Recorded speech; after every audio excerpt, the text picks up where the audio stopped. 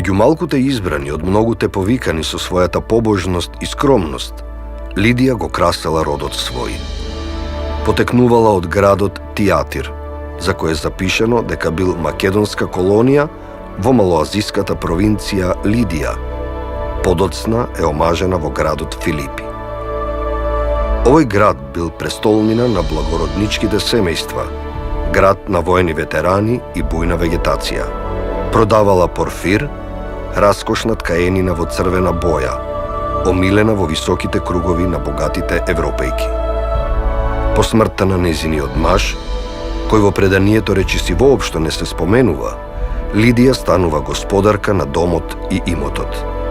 Со доблесна жена христијанка, живеела со страв Божи и почит кон него. Лези го отвори Бог срцето и таа послуша на зборовите на светиот апостол Павле и се крсти таа и целиот незин дом. Значи, што ја потикна во незе? Ја потикнале токму овие работи. Доста е со оваа формалност, доста е со овие стихини работи, кога моето срце и мојот ум се заплеткани во мрак и немам слобода на одлучување и донесување на одлуки според својата сопствена волја, но според она што се наметнува преку тие обредни активности. А светиот апостол Павле и го предочува Христос, кој што буквално не извлекува во тој мрак, ние подарува слободата. Она не се расфрла со незиниот раскош, со незиниот порфир, со тоа што ги бојадисуваат каенините во местото каде што живее, каде што е место на богоугодници, на благородници, на луѓе со многу пари, на ветерани, луѓе кои што и тоа како можат да купат. Ние од тука предпоставуваме дека Лидија македонката не само што е авторитетна жена, не само што е влијателна жена, не само што е, би рекла, умница над умните, што е богобојазлива, жена која до доаѓањето на евангелистите не можеме да кажеме дека била верник и дека знаела за христијанството. Напротив, до мигот она е само жена која има порфир, која бојадисува ткаенини, жена која е влијателна на местото на живење. Значи, избрана е, не случајно. Предпоставуваме по она што е напишано дека се работи за убост некаква, и внатрешна, и надворешна. Зошто го велам тоа?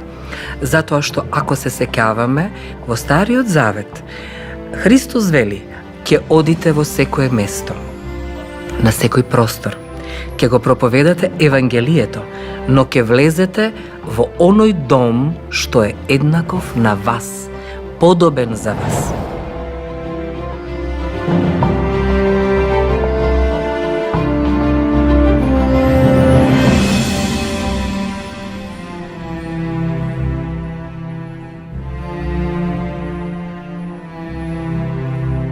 Оние први христијани, тие робувајќи претходно на идолите, живееле во мрак, во незадоволување на своите битејни потреби, незадоволување на своето срце, на својот ум. Живееле стихи и онака како што векови на нас се живеело, но ја чувствувале големата празнина на она што се нарекува потреба на човековото битие. Основната потреба на човековото битие е слободата, самовласноста, слободна волја. Сите тие нешта, кога човек ќе се стави во суеверието, ги губи. А овие пред Христа луѓе ги имале изгубено и трагале по нив. Павле повикан во Македонија. Штом ги преминаа Фригија и Галатискиот крај, ним им беше допуштено од Светиот Дух да го проповедаат Словото во Азија. А кога дојдоа во Мизија, се обидоа да отидат во Витинија, но Духот не ги пушти. И кога ја напуштија Мизија, тие слегоа во Троада. Преку ноќта имаше Павле видение. Стоеше пред него еден човек, македонец, кој го молеше и му велеше: премини во Македонија и помогни ни. По тоа видение веднаш посакавме да тргнеме за Македонија, бидејќи разбравме дека Господ не повикал таму да го проповедаме Евангелието. И сега нас не интересира како се почнало. Значи, почнало на Балканот, на почвата на Европа со Свети Павле, апостолот Павле, кој што имал видение. Он имал 7 виденија. Значи, овој човек кој што, да речам, е роден во градот, малоазискиот град Тирс, и кој што бил огорчен противник на христијаните, доживел видение на патот кон Дамаск на Исус Христос. И се преобратил и одеднаш настанал еден прв поборник, значи и на христијанството. И во еден момент имал, тоа е од 7 виденија, првото видение на еден човек македонец, кој што е познато, нели? Му се прикажал и му го повикал, го поканил да дојде во Македонија. Зошто е тоа видение толку, како би рекла, едно капитално, од капитално значење во Библијата, не само за Библијата која е некаде околу 1.865 луѓе ја читаат во мигот ни светот. Тоа е од врховно значење за Македонија, затоа што во тој миг се вели дека он е нужен да дојде во Македонија за да го проповеда Евангелието. Свети Павле дошол во градот Филипи. Тоа е оној град што го создал, значи, што го оформил македонскиот крал Филип II македонски, и тука почнал да се обраќа на луѓето, да проповеда. Еден ден во, како што е запишано во сабота, издегол до една блиска река до градот и тука видел жени кои побожно се молеле. Зошто токму Христос преку апостол Павле, преку оној кој ја проповеда љубовта, ја наоѓа токму Лидија Македонката од Филипи, жена која малку знаеме во историјата од Библијата, но знаеме дека е вдовица, дека е останата без маж, но дека во еден пасус евангелистот Лука вели дека Лидија Македонката е жена која, цитирам, буквално не принуди да влеземе во нејзиниот дом. Првите христијани, како и света Лидија, значи оние луѓе кои што живееле во тие традиции на идолопоклонството, живееле стихино, сите се собираат и јас се собирам. Но ете, токму света Лидија, првата христијанка на на европско тло, била на еден таков обред покрај реката, како што стои во дел апостолски, во запишано, и таму свети апостол Павле отишол. Чи пазете, многу битен тој настан. Свети апостол Павле не се трга од тие места каде што се собираат луѓе, туку напротив таму одел, таму да сведочи. И вели Господ и го отвори срцето на една жена по име Лидија. Света Лидија живеела по Божиот закон и почитувајќи го кажаното од него, преку гостопримство ја потврдила христијанската добродетел. И така, верувањето во Филипи станало празник на градот, првенец и неговата сожителка. Со доблест на ревност во верата и женската упорност, Лидија била богата, но богобојазлива. Велат, здравот Божји не заштитува од нашата грешност. Вистина е дека, ако го љубиме Бога, го напуштаме гревот, бидејќи сето гревно само ни го зголемува јазот. Со секој нов најмал престап се оддалечуваме од изворот и колку сме подалеку, толку потешко ќе се вратиме или толку подолг ќе ни биде патот за назад. Света Лидија, кога слушнала за вистинската вера, се покаја и покрсти. Го подари својот дом, ја расшири Христовата проповед, посеа семе и ни раскажа за неговиот плод. Ни покажа дека богатството во честност не е грев, ами милост Божја, но и ни заповеда со своето дело да деното да не го даваме, своето да е наше, туѓото да ни е мило. Света Лидија не поучи колку бескрајно може да биде нашата мисија, од каде да се почне и како да се чекори. Света Лидија е камен темелник на црквата во Филипи. Таа е првата личност која што била покрстена од страна на апостол Павле на европско тло и затоа се прославува како првата европјанка христијанка. Таа била богата и побожна жена, омажена во градот Филипи, а по потекло од малоазиската провинција градот Тиатир, кој што сепак бил македонска колонија. Лидија била продавачка на порфир, скапоцени ткаенини кои што се произведувале во Азија, а европјаните ги користеле како своја скапоцена облека. Градот Тиатир бил прочуен по поедисувањето на ткаенините со природната црвена боја на порфирот. Лидија тргувала со порфирот, кој што бил употребуван за благородничките облеки. Незиниот сопруг не се споменува, така што се смета дека е вдовица.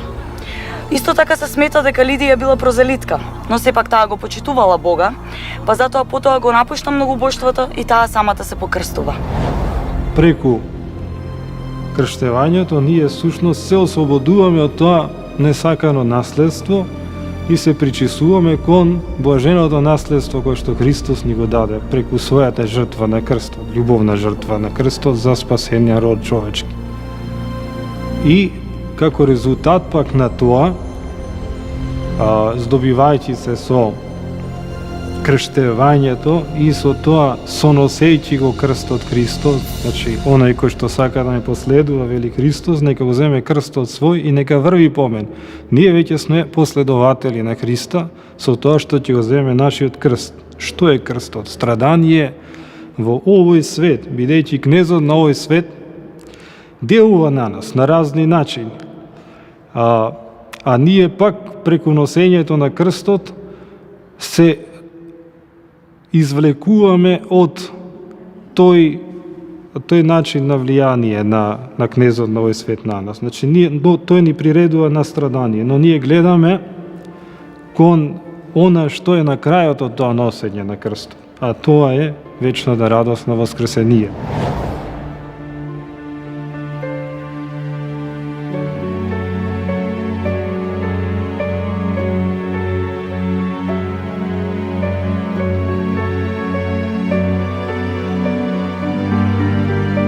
По крштевањето Света Лидија побарала од апостолите да ја препознаат како верна во Господа, што и сториле, знаејќи ја нејзината вера, скромност и благочестивост.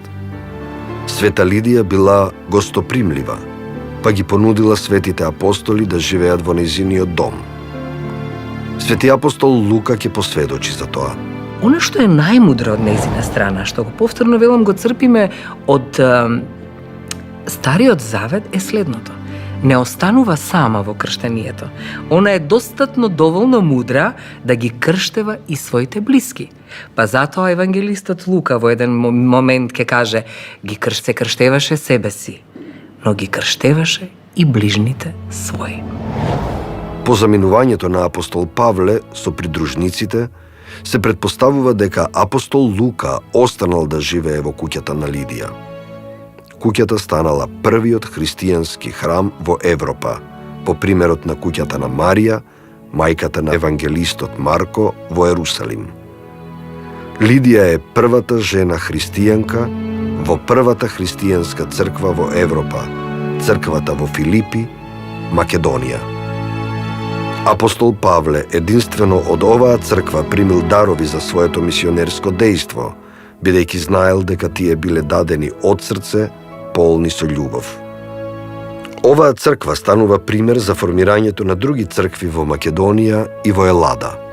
Се смета дека Лидија е основоположник и на црквата во Тиатир, која е една од 7 цркви во Азија, за кои што зборува Свети Јован во Откровението. 11 години по заминувањето од Филипи, пред крајот на првото заточеништво во Рим, 63-64 година, апостол Павле пишува послание до филипјаните со многу љубов и лични спомени. Бог ми е сведок колку многу ве сакам сите вас со љубовта на Исуса Христа. И така, браќа мои возлюбени и многу пожелани, радост моја и венец, стоите тврдо во Господа, возлюбени. Градот Филипи е познат по двојна слава од својот патрон, македонскиот цар Филип II и Лидија Македонката прво покрстената христијанка. Во Македонија нема нови градови, а сепак во тие најстарите може да се најдат уште постари градби, кои што имаат и тврдини и светилишта на предците. Само да се подсетиме на Теба, Тир, Олинт и уште многу други, кои што Александар и Филип ги покориле до темели. Тебанците настрадале затоа што не му дозволиле на Александар да помине низ градот до Кадмеја, каде што Филип имал оставено гарнизон.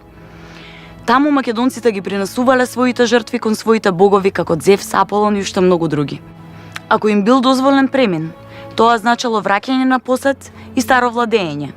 Ако пак преминот не им бил дозволен, тоа значило дека натрпниците треба да се избркаат кои што од македонските територии правеле градови држави. Филип II го изградил градот Филипи во 356 година пред нашата ера. И тој 2370 години го носи истото име.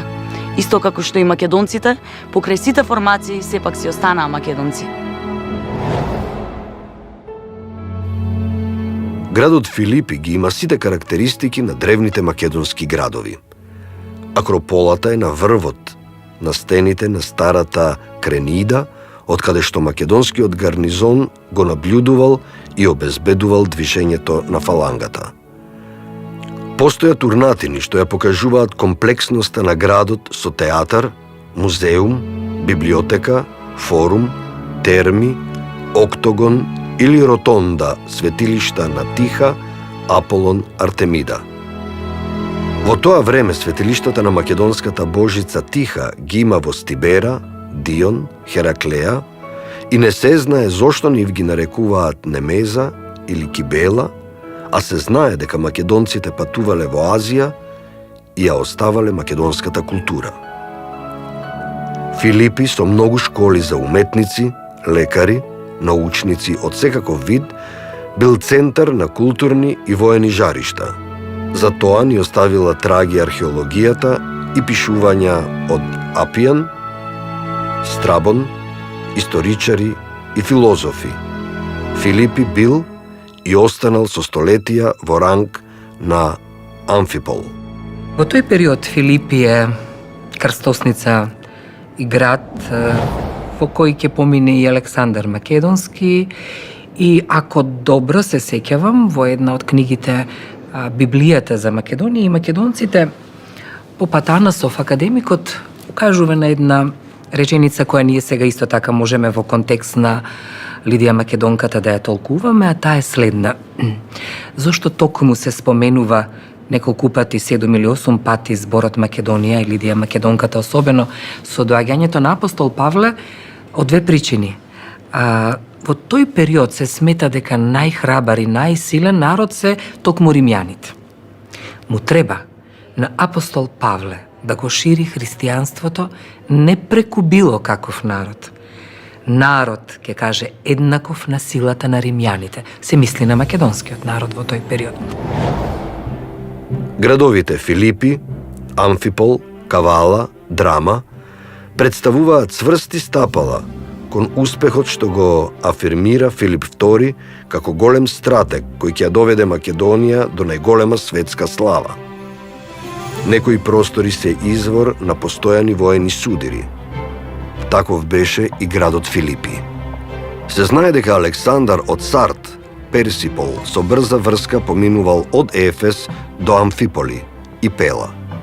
По истиот пат, Антипатар секоја година испраќал 10.000 регрути за фалангата. По истиот пат се враќала фалангата во Македонија, а македонската коњица ги пренесе Роксана и синот Александар IV во Пела. По истите тие патишта ќе се движат и апостолите со покрстувањето во Филипи, Антиохија, Александрија и Солун. Јас имав среќа минатата година да го видам Филипи.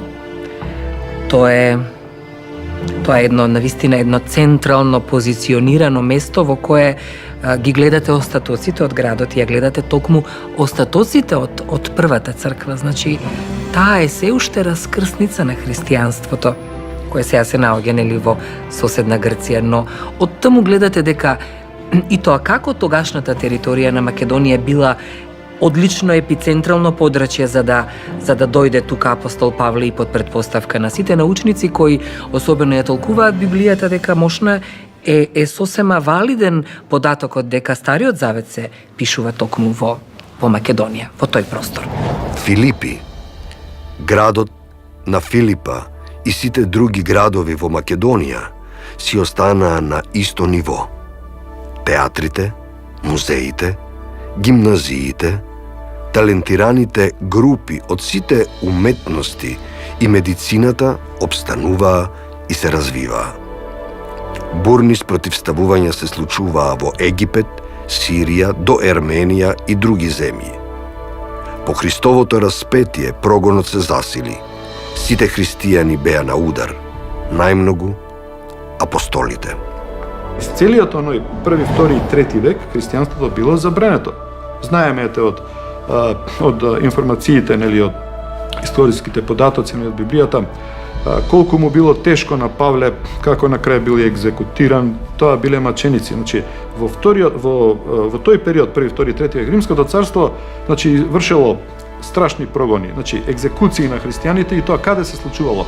Било јавно, значи, тоа било во арените и во оркестрите на театрите. Христијанството непризнаено, а прогонувано, беше заштитено дури со едиктот во Никеја во почетокот на 4 век по Христа. Пред тоа покрстувањето беше се почеста појава. Се покрстуваа цели фамилии, градови, држави. Лидија од Филипи сама го прифати христијанството и со тоа придонесе да се шири по цела Европа. Односот на Христос кон жените наполно се разликува од односот на јудејците спрема жената. Христос не прави разлика меѓу израелки и тугинки, ниту пак смета дека не е достојна за да се разговара со неа по верски прашања. Тој оддава признание на жената тугинка, на незината интелигенција и способност, како и на незината силна вера. Во Евангелието на Матеј разработена е идејата на рамноправноста на жената и мажот во бракот. Во Стариот Завет постои моногамност само за жената, додека мажот покрај главната жена можел да има и други жени, и повеќе конкубини и робинки. Во Новиот Завет Христос го поставил прашањето за рамноправноста меѓу мажот и жената и за еднаквите обврски во бракот. Пред се, разводот Христос го сметал за грев. Во повеќето случаи, виновник за разводот бил мажот, бидејќи тој можел со еднострано разводно писмо да се разведе од жената. Христос ваквиот став на мажот жестоко го осудувал, бидејќи сметал дека тоа е голема неправда која и се нанесува на жената. Тој ја истакнува мислата дека разводот не е природна појава, туку е појава која доаѓа од жестокоста и нечувствителноста на мажите кон жените. Интересно е исто така дека тој истакнува мислата дека разводот со разводно писмо не е по волјата на Бога, бидејќи вели, во почетокот не беше така. 19:39. Христос ја истакнува забраната за полови односи надвор од бракот, и тоа не само за жената, туку и за мажот, кој представува неподнослива обврска за него во тоа време. Затоа и неговите ученици велат дека можеби е најпаметно да не се женат, бидејќи лесно може да се огрешат, земајќи ја во предвид практиката на јудејското општество во тоа време. Слободата и мирот кој што Господ ни ги дава, треба во овој свет да се заработат преку практика, преку наш личен одговор на призивот Божи. И во сите тие нешта ние сме рамноправни. Тука нема разлика. Маж, жена, роб, слободен, националност и така натаму. Тоа е избришано. Нема богати, сиромашни, ништо тоа не постои. Значи, не постојат правилата во овој свет. Постојат некои нови правила. Основната работа на тие правила е љуби го ближниот свој. И прави добро на оние кои што те мразат. И сакај ги непријателите своји. Значи, сосема нешто спротив. Кога Исус ја запира Самаријанката и во еден миг ја замолува да му подаде вода. Внимавајте, во Библијата е крајно забрането да се побара вода и леп од непознат човек. Има и оправдание зашто е тоа. Така, затоа што се смета дека можете да тропнете на портата онаму каде да проверите дали ќе ви даде некој, но најчесто тропаме да побараме вода и лепот од најблиските. Но тука Исус Христос ја прави и првата себе проверка, но и проверката кон непознаничката Самарјанка, која е исто така сиромашна. И во еден миг она му вели: ве молам да ја оздравите мојата ќерка. Он вели дека Исус ја одговара дека е тука за да ги однесе, да ги внесе всушност израелците на правиот пат, а она му одговара: зарем кучињата не ги јадат трошките кои газдите ќе ги направат од масата. Тогаш всушност неговото вчудоневидување на одговорот на непознаничката, а при тоа која бара да ја излечи незината ќерка, он тоа го прави, е еднакво на оној дискурс кој ние го имаме со станувањето на Лазар, тргнувањето на големиот камен, неговото тело завиено со завои. Тоа е една брилјантна сцена која ние во сите филмови посветени на Исус Христос ги гледаме со едно зачудување, особено на таа сцена. Зошто? Затоа што има многу моќ. Буквално од станувањето на Лазар, која ќе му рече: стани, Лазаре, всушност ние одгатнуваме дека ќе се случи понатаму воскреснувањето на Исус Христос. Не е неговото покажување дека он може од мртвите да стане. Всушност го прави тоа за некој што е близок да вербата стане појака и посилна кон евангелието, односно кон христијанството. Христос ги кажува следните зборови: Бог е дух и тие кои му се поклонуваат треба да му се поклонуваат со дух и со вистина. Сето тоа го покажува сосема новиот став на Христос према жената во однос на Стариот Завет. Тој смета дека жената е сосема способна да ја свати суштината на верата и да биде негов ученик. Исто во истакнато и во приказната за Марта и Марија. Тоа се сестрите на Лазар, кој бил пријател на Христос и кој Христос го воскреснува. Во една прилика Христос доаѓа во домот на Лазар и ги запознава двете негови сестри. Марија се занимава со домашната работа, додека Марта веднаш седнува покрај нозете на Христос и почнува да ги слуша неговите зборови. Марија во тој момент ја прекорува сестра и дека треба да ја помогне и му вели на Христос исто така да ја прекори. Христос меѓутоа и се врти на Марија и вели дека сестра ѝ врши многу поважни работи, бидејќи ги слуша неговите зборови и ја разбира суштината на неговото учење. Ставот на Христос е дека жената е исто така собеседник, кој треба да биде подучуван, кој има право на сопствено знаење и на сопствено уверување. Овој став понатаму го афирмира новиот однос на христијанството кон жената. Колку и да е сиромашно евангелието со податоци за односот на Христос кон жената, сепак не може а да не се заклучи дека во Новиот Завет е направена револуционерна преобразба во однос на жената во споредба со Стариот Завет. Првиот миг кога ние обзнануваме каков е односот на Христос кон жените е мигот кога он им вели нека го спуштат каменот оние кои не направиле грев.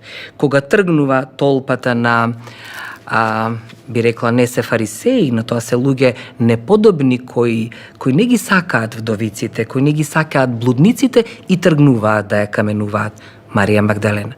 Всушност, првиот контакт на Исус и неговиот однос кон жените го имаме токму во мигот кога вели спуштете ги камењата или нека се најде еден кој не направил грев. И сега оттаму можеме да отвориме една нова енигма каков е односот на Исус Христос кон жените, односно да го разгледаме заедно според Евангелијата на Марко, на Јован, на Матеј. Прв пат во историјата на човештвото жената се третира како човек, а не само како утроба за раѓање, односно како инструмент за продуцирање на човечка работна сила. За прв пат се покажува во практиката дека жената е создадена од Бога да биде соработник и другар на мажот, затоа што не е добро човекот да биде сам. За прв пат се поставува прашањето за интелектуалната моќ на жената да го свати и разбере Христовото учење. Значењето на учеството на жената во духовните сфери на Христовото учење и афирмацијата на овој факт покрај секојдневната работа на жената како мајка и домакинка, јасно го покажува значењето на развојот на интелектуалните и духовните способности на жената. Карактеристично за тоа време е тоа што на жената не била важна надворешната убавина, туку секогаш се гледала незината душа, незината добрина, како што била Света Лидија, и затоа тие биле покриени со наметки, кои што наметки им го криеле убавиот дел од телото, рацете, нозете, дел од лицето, градите. И секогаш, значи, требало да се види, луѓето ја гледале убавината од внатре на жената. За разлика од старозаветните сваќања, Христос не ја смета жената за нечисто суштество, дури и кога има крвоизлив стар 12 години. Односот на Христос кон брачното неверство, како и кон едностраниот развод од страна на мажот, представува извонреден прогрес во однос на старозаветните сваќања. Во тој однос, Христос ги удира темелите на рамноправноста во бракот, не со тоа што дава исти права на жената какви што ги има и мажот, туку со тоа што одредува исти задолженија на мажот, укинувајќи ја на тој начин дискриминацијата кон жената. Многу пати кога ја читате Библијата ќе го видите односот на Христос кон домот и кон семејството. Значи, постои едно разводно писмо, за кое за жал ние го гледаме неговиот став кон бракот и кон семејството. Или во крштевањето и до ден денеска велиме да бидеме заедно до смртта. Тоа го влечеме токму од неговите зборови. Разводното писмо е само миг во кој мажот може да се одвои за жената, но он тоа и не го сака, напротив. Исус Христос и го негира, вели дека столбот на фамилијата е всушност во големото заедништво, во сплотувањата на телата еден во друг. Но точно мудро знае дека оној кој што ќе го проповеда христијанството и кој што буквално ќе ги внесува во верата е жената.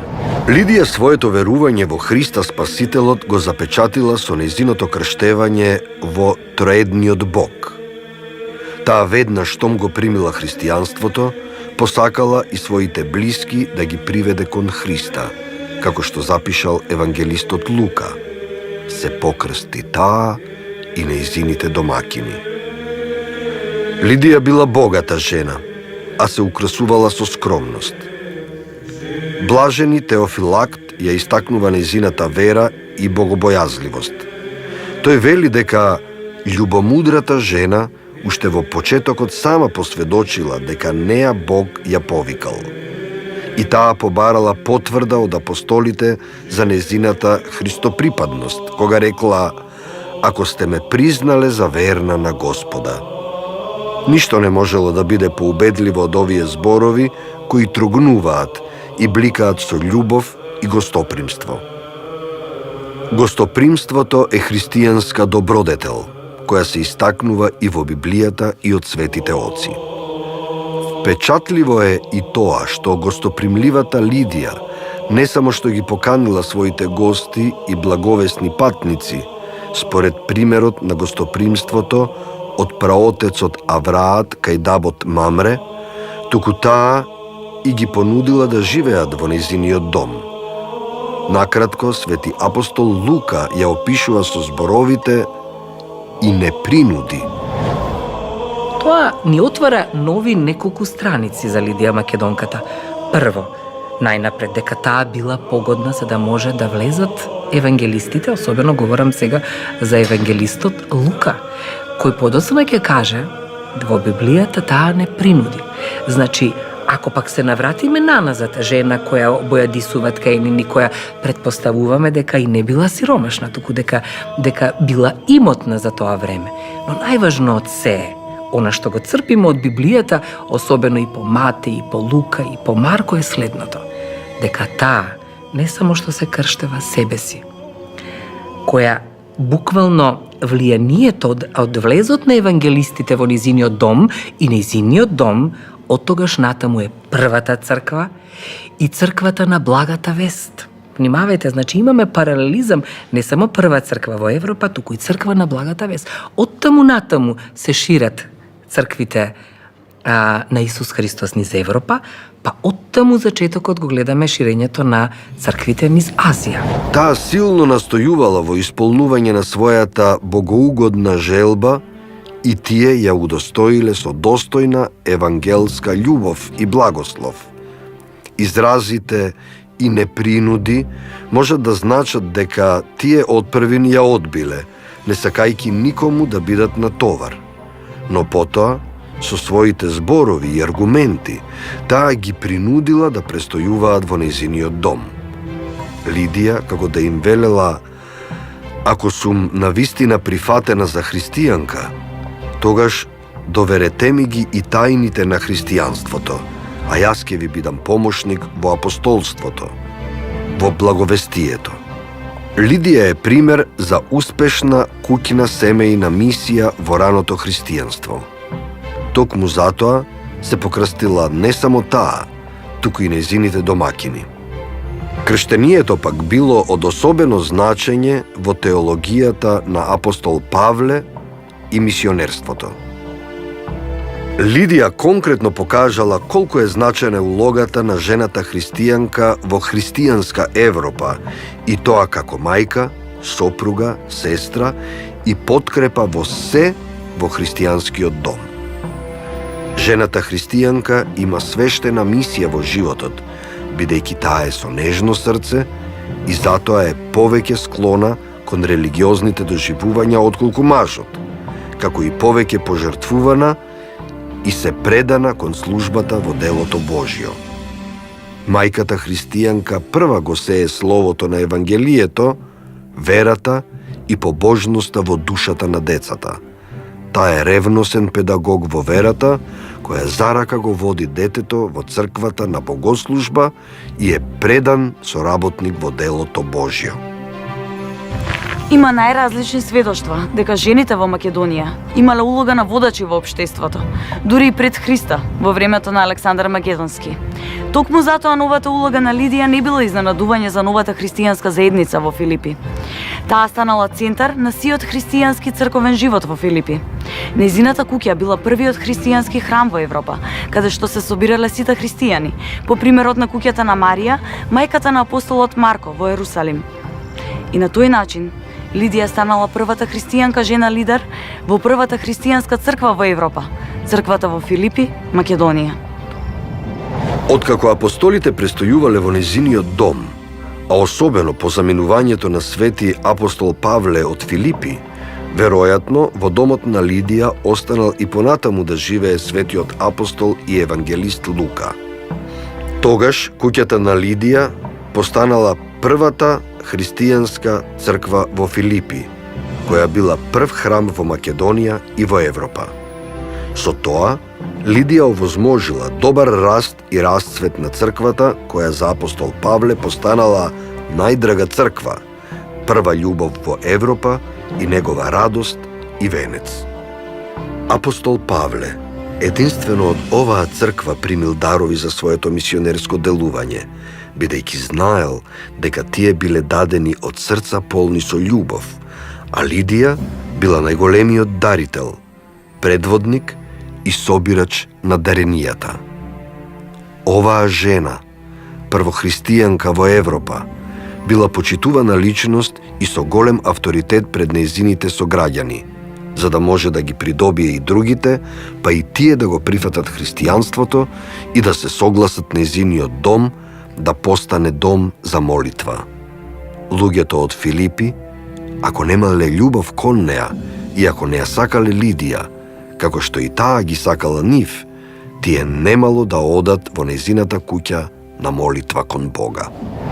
Лидија Македонката е прототипна жена, која сега можеме да ја правиме со паралелата на секоја современа жена во овој век, која е одговорна и да го прифати наравоучението од неа дека ние како жени сме одговорни за верата, за љубовта, за проповедта на христијанството, за вистината и за се она што е морален код во домот, во семејството и особено кон поуката на нашите рожби, на нашите деца.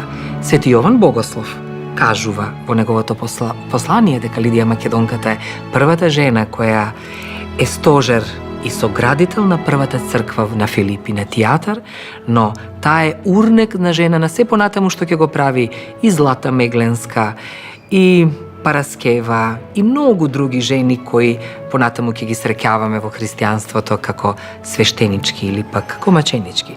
Но дозволете, ако смеам да направам паралела на жена која што е и помалку интимно еден војсководец одвнатре, би направила паралела дека сме и бескрено благодарни што ја направи првата црква во Европа.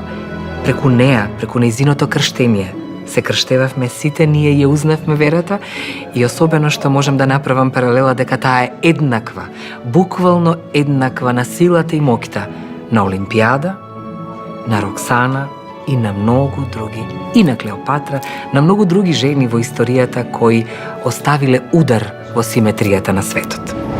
Сите ние, христијани, да имаме власт дадена ни од Бога. Што е власта? Тоа што е достоинство на човекот.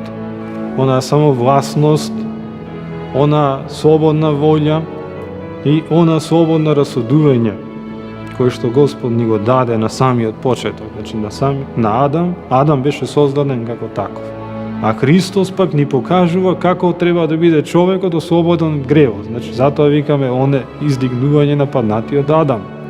Враќање на првиот образ на човекот, кој што е по образ Божи. Сега ние како христијани всушност преку крштевањето се наоружуваме со сите тие нешта кои што Христос за нас ги обезбеди, а ние треба да ги практикуваме. Практикувајќи ги, покажуваме голема сила.